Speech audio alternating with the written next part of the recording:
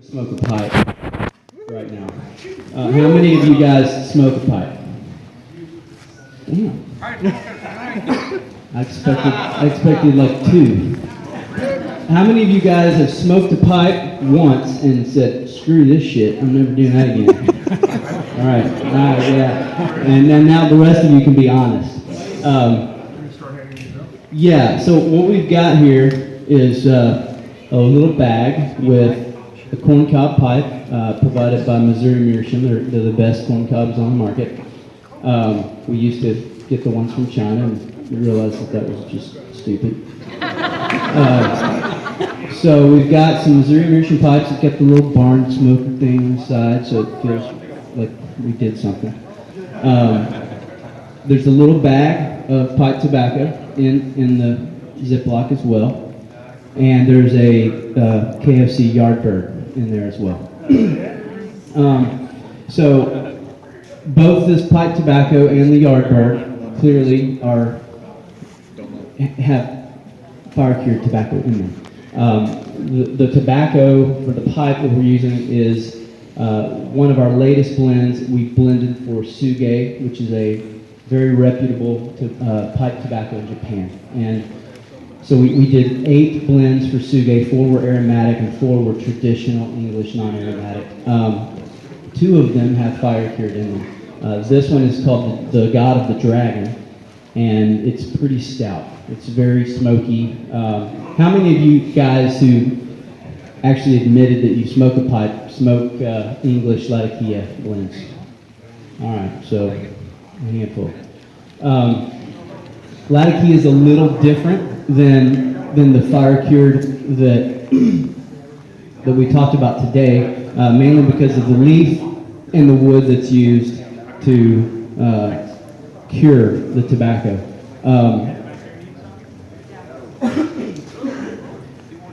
One of the other things you're going to need for this spectacular event is here it is. Yesterday, I realized, the guys that planned this event did a pretty good job on the cigar side, but then for the pipes, they're cigar guys. So I got to looking around and I said, man, if we're going to smoke pipes, we need a tamper. So at about 5:30 this morning, I drove to Walmart and got golf tees. So we're going to pass this bucket around, and everybody grab a golf tee, and that's going to be your official Barn Smoker tamper. Unfortunately, it doesn't have the matching Barn Smoker label on the side like your pipe does, but maybe you can talk to somebody and get that fixed.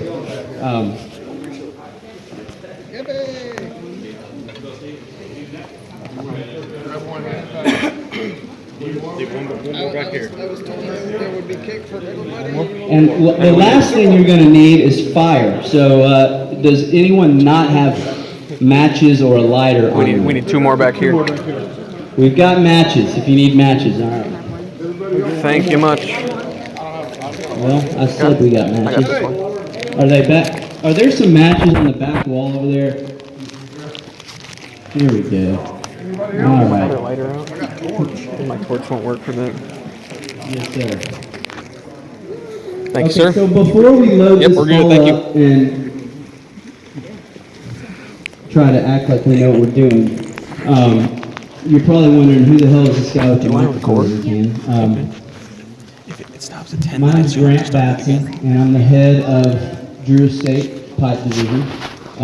So Drew Estate, being a cigar company, decided to get into pipes, and then realized that they didn't know a whole lot about pipes and pipe tobacco, so they found they probably interviewed 800 people, and I was the only one that would do it. But I'm here, I'm a pipe maker by trade. I make high-end tobacco pipes for guys that don't have anything better to do with their money than to collect expensive luxury goods. My wife is very thankful for those people, as are my 4 children who continue to eat. My background is in making handmade goods. I made guitars for 15 years, and I was, before that, right out of college, I flushed my education down the toilet and became a carpenter and a woodworker, making furniture and things. So I've been smoking a pipe for 21 years. I was 19, I'm 40 now, and cigars for about 15. And truthfully, there was a span of time where I was smoking almost only cigars. I kind of got out of pipes because pipes are a little finicky, and none of my friends would smoke pipes with me. They all smoked cigars. So I was like, shit, all right, I guess I'll smoke cigars. I find that smoking a pipe is such a departure from smoking a cigar. I smoke a pipe when I'm alone, when I can think, when I can tinker around with it, or when I'm working with my hands in my shop. While I'm making pipes, I'll smoke a pipe because a cigar gets in my face and it's annoying. So let's do this. We've got a guy, he's head started over here on us. What's going on? You're acting like you know what you're doing. It's good stuff. Take your little dime bag and take your corn cob pipe. I'm going to join you here.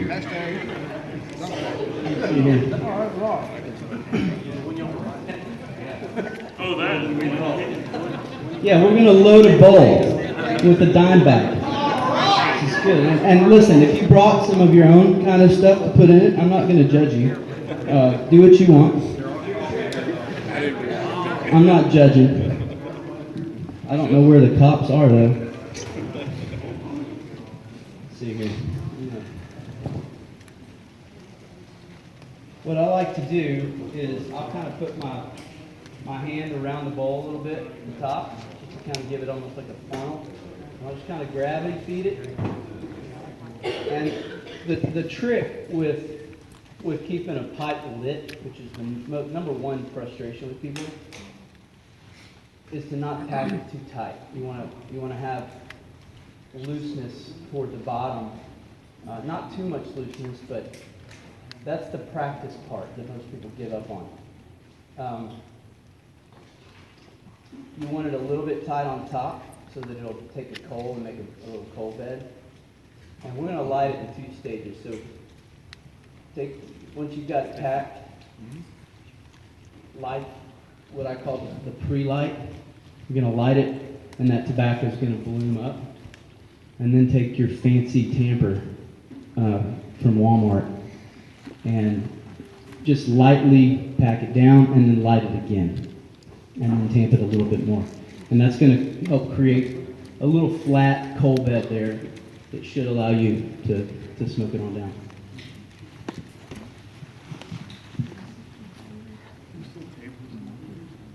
We got any more fancy tampers? Where'd the tampers go? There we go. Anybody need one of these? Yeah, we do. Yeah, just a little bit. Yeah, not too much. Because once it gets tight, it's you won't be able, it'll be like a Cuban cigar where you just can't draw that thing, you know? Anybody else?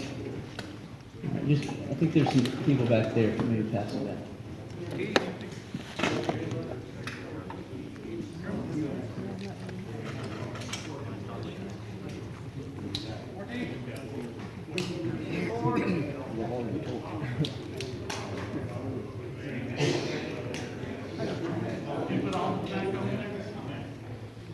There's probably a little bit more in that bag than you need to load.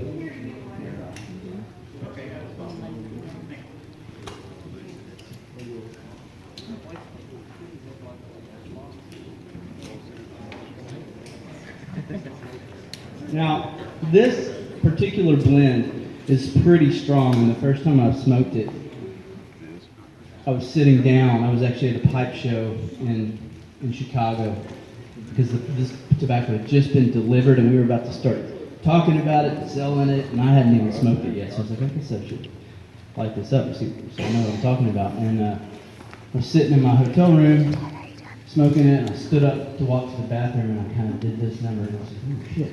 So it's a little strong. We're going to eat in a minute, so that might help you out. But there's really at the end, I might have a surprise for you. Uh-oh. We'll see. I hope it's legal. Good. I hope it's legal. Get caught. So, you covered with these guys, come over here. You covered the pipe tobaccos. Did we talk about Yardbird? No, I'm gonna let you talk about yard. I Alright. told them they I think Pedro gave you guys a Yardbird in the other room over there.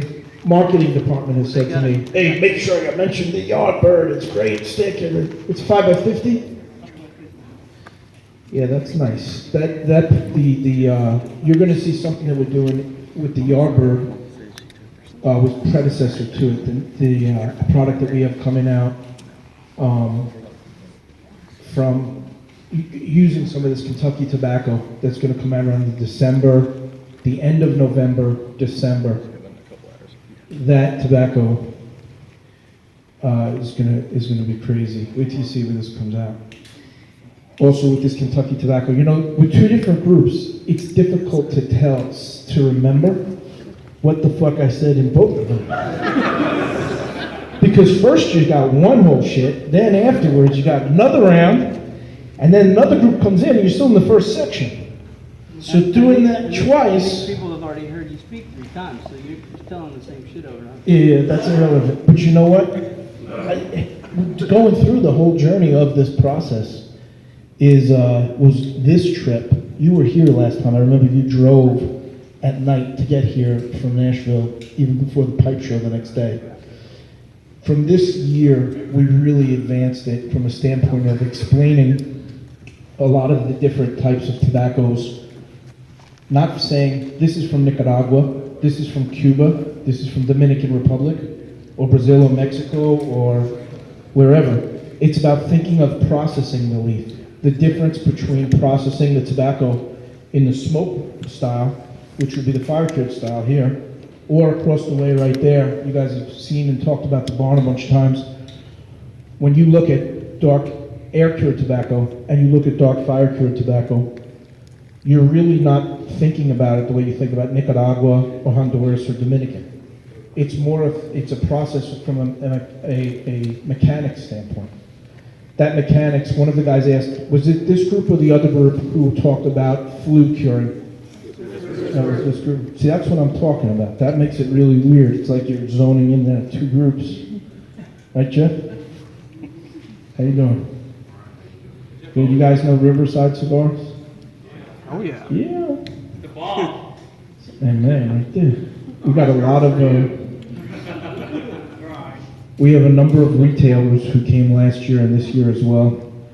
So I think that's been very good for the retailers to be taking some of the guys to the barns to see how, not just how the tobacco is raised, but to be able to really understand the difference. If Willie spoke to you guys, I hope that he really focused on his perspective as a Cuban cigar maker, which really is interesting because with Drew Estate, everything we've done is like anti-Cuba.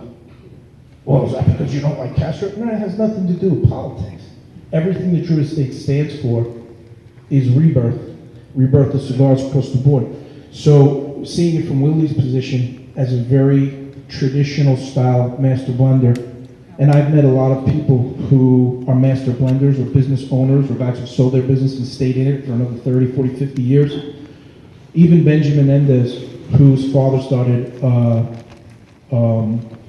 Monte Cristo, and then after the Cuban Revolution moved to, Jamaica in World War II, because in Jamaica in World War II you couldn't, it was after World War II, England was the biggest market in the world, and they wouldn't allow shipping of tobacco outside the colonies. So Cuba couldn't sell their cigars into England, and that was a huge problem for the Cuban economy and for the country. So what they did was, Benjamin Mendez's father opened a factory in Jamaica. He bought Temple Hall. One of the brands they purchased was Macanudo and Temple Hall Estates. Later they took Partagas and made it there. And they wound up doing it in Jamaica to ship it back into England because it was part of the colony. That's how they got around. But the trick to what they did was very interesting, Because when you ship the Cuban tobacco to Jamaica, they would want to remake the Cuban cigars there in Jamaica. The Jamaican government wouldn't allow you to ship wrapper. So he told me his father would lie and write on all the bales a filler name, and they would have it coded in a way that they could take that wrapper out, that Cuban wrapper, put it on the cigar, and ship it into Great Britain. So, you know, looking at the history of tobacco and premium cigars, and thinking about this moment in the fire-cured segment that we're building, it's really based on some foundations that are pretty hard to refute in terms of smoke.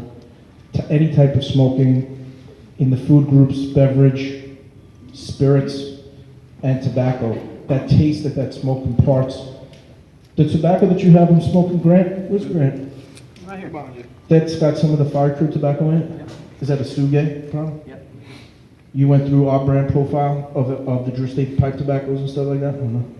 I only talked about the one that they're smoking currently. What about this leaf over here? We haven't talked about Perique yet. So one of the things I think is pretty cool, we talk about the basic food groups again, dark air cured, fire cured, burley, oriental, Virginia. Then you think about the mechanisms that we spoke about with the flue cured versus fire cured, the fermentation, and how that mechanism and the fermentation connect together to give you a finished product. Some of the leaf that's brought here is different samples from the factory. This one on the very end right here, this is the Pappy tobacco. This is the tobacco that comes from here. It's a Kentucky seed tobacco, grown here on this farm. After it's grown on this farm, it's shipped to St. James Parish, where it goes into the barrel for the 1 year. But it's fire cured first. Yeah, it's fire cured. That's the difference between that and Perique, essentially. Little other details as well. But remember something. When you use a tobacco is a detail. If the tobacco comes out of the fire cure and you use it the next day, people go, oh, that's raw. That's not bullshit. That is what it is. 20% of that with tobacco that's cured a longer period of time, you can't put all that into a marketing package on an ad. It's too much for people to read. But all those little details are going to really come down to why something tastes different than whether it's your competitors or whether it's the product you made last week, and you need to tweak it. You can't get it strong enough. Guess what? Dig in to maybe a tobacco that's gone through a different process. Some of that Pennsylvania tobacco that they're doing over there. Our expertise as the biggest buyer of American tobacco in the world for premium cigars is in American. That expertise set, we've developed it. What we do with it here in Kentucky, we're in the process of developing it. The other one we started in 2004, and the T52 product was, to me, I wouldn't call it one of the brand segments that Drew Estate created, from the acid infusion segment, coffee infused, fire cured. T52 stalk cut, stalk cured. No one walked into a cigar shop in 2009 and said, hey, is that leaf hung in a stalk or is it primed? No one discussed that. Just like they didn't discuss fire curing. It just wasn't even coming out of somebody's mouth. There's no reason for it. This tobacco here that you brought, they shipped this tobacco from Nicaragua. That's fire cured, that's gone through the barrel process in New Orleans, in St. James Parish, does its 1 year, 3 rotations there, and then that tobacco got shipped to Nicaragua in the barrel, which again, I don't know why the fuck we put it in a barrel and ship it. We could figure out a way to keep the humidity down and not send another barrel. Unless you can stick something fucking else in the barrel. Throw sand in the barrel, put the lid on it, fucking hit it with the cane. So that tobacco there is definitely something that you guys want to pick up and smell. You can, this tobacco is very humid, feel it. Take some, come over here, man. Walk over, it's okay. But you guys will walk over this tobacco and feel it and smell it, because it's unlike anything that you've ever smelled or felt before. And you can smell it against these three. You got some Habano, some broadleaf tobacco over here from Connecticut. That's the point. When you smell and feel that tobacco, that last batch right there, it's almost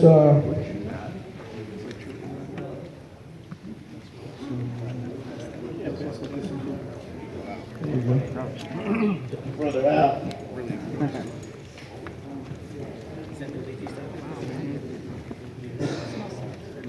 How you doing? I know, I saw it. I've been posting it. What'd you say? Oh, yeah?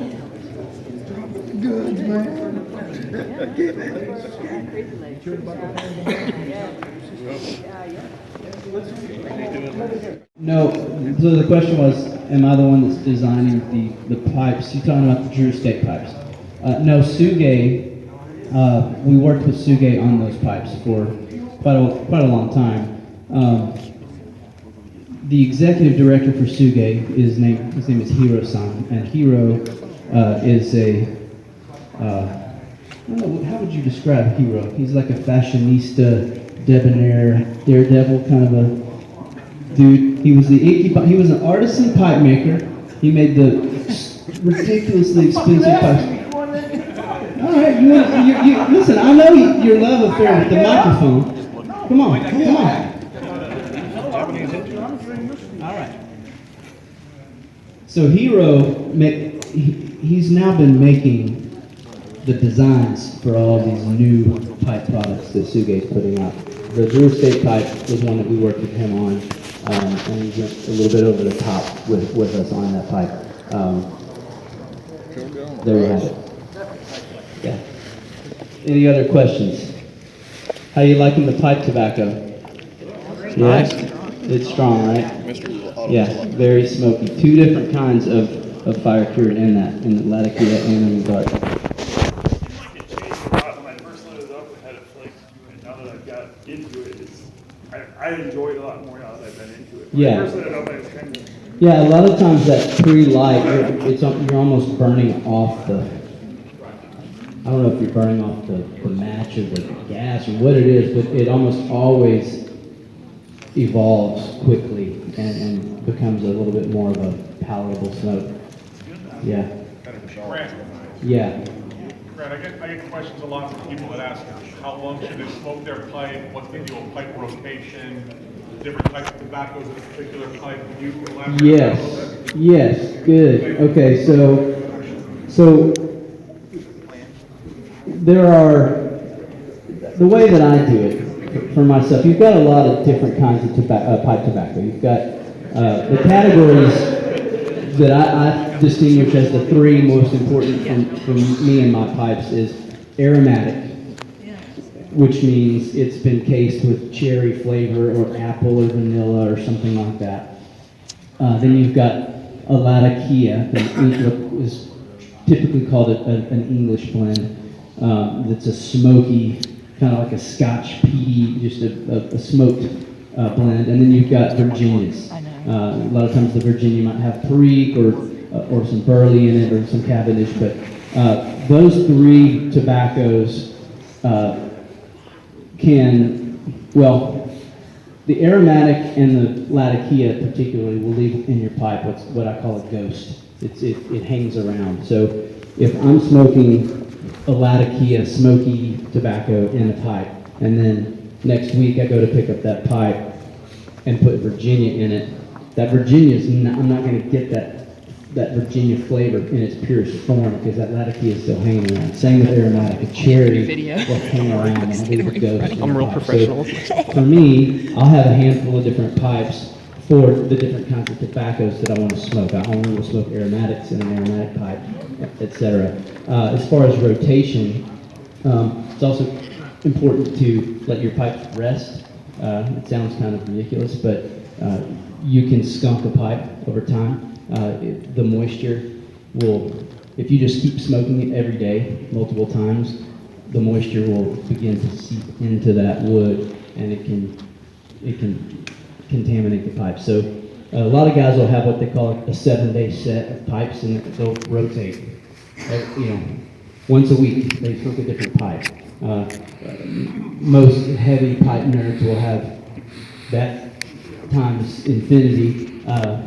Because they're smoking a lot of different kinds of tobacco. So then you've got 7 pipes for all these different tobaccos. So, the nerdiness can go on ad infinitum. What else we got? I'm a nerd. Yeah, right? So if you skunk the pipe, would you then clean it, or would you just let it rest and over time it would kind of fix itself? You can.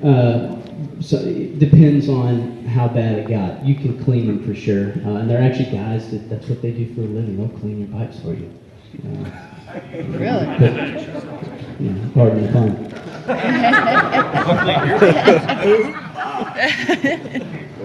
Great. What else we got? Any other questions? Whose pipe is still lit? There was a question in the back. Yeah? Okay, what do we got? How do you usually season your pipes? Season.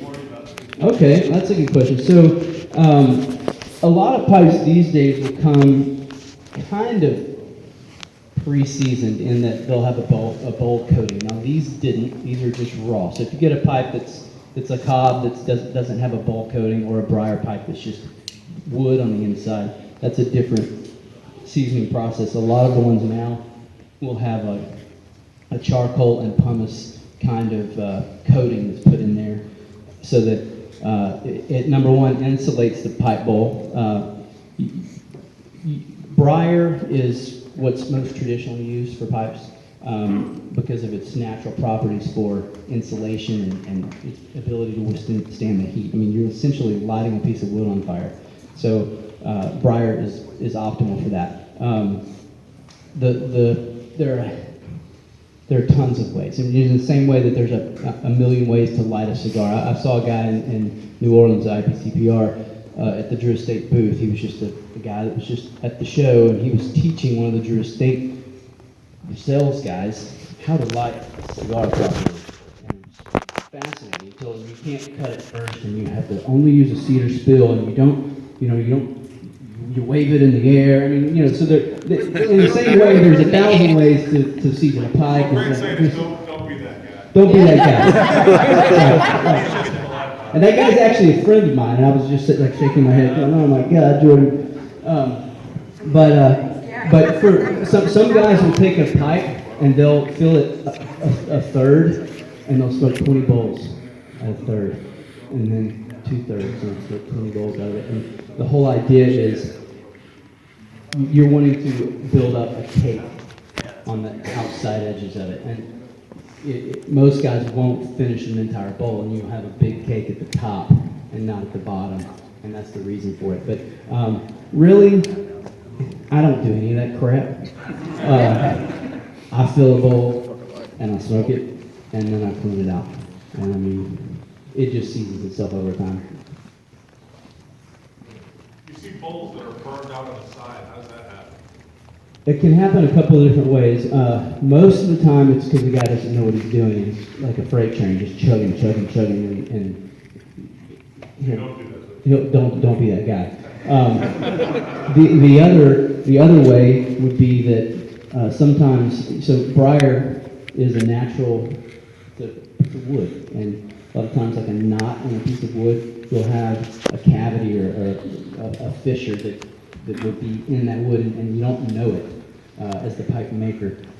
So if that fire finds that void place in the briar, it could burn out. That doesn't happen typically. Have you ever looked into making ceramic pipes, or are you just going to stick with the corn? I'm probably just going to skip ceramic and go straight to glass, I think. I think there's a lot more money in it.